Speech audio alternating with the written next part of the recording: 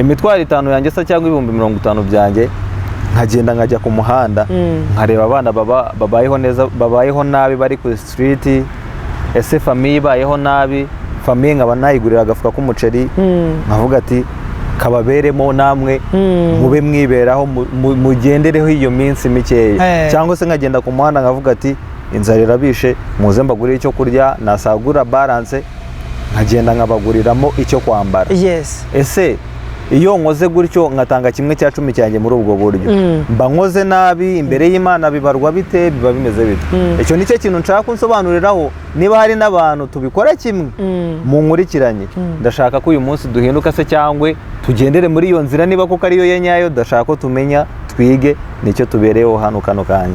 uriya kuntu uko bimeze cyagiye nta 10 watanze uba wibye banibye wibye kubera yuko Bibiliya iratubwira hariya muri Maraki 3 ku murongo waho wa 7 ngo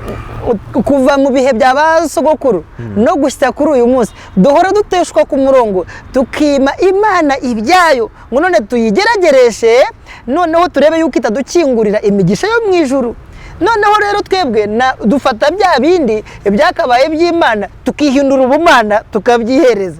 uba wahindutse nyirakamana niko noneho biba bimeze noneho wewe cyagihe iyo ubifashe byari ibyo kwa Mana cyangwa se ku Mana ukabitanga hariya ntacyo usutira uba batabara ko ntago kimenyesha ngo 10 wagitanze bivuze ngo mpabwa umugisha kubera ko nafashije ariko hari usigaranyagwa kubera ko ndi iki ndi umujura hari usigara uri umujura ko numva bikaze tuti zanjye bavandimwe twakoraga ibintu bimwe gutya twumva ko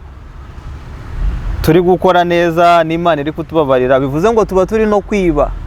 nabyo mubyiteho ubwo tuba twitwa abajura y'Imana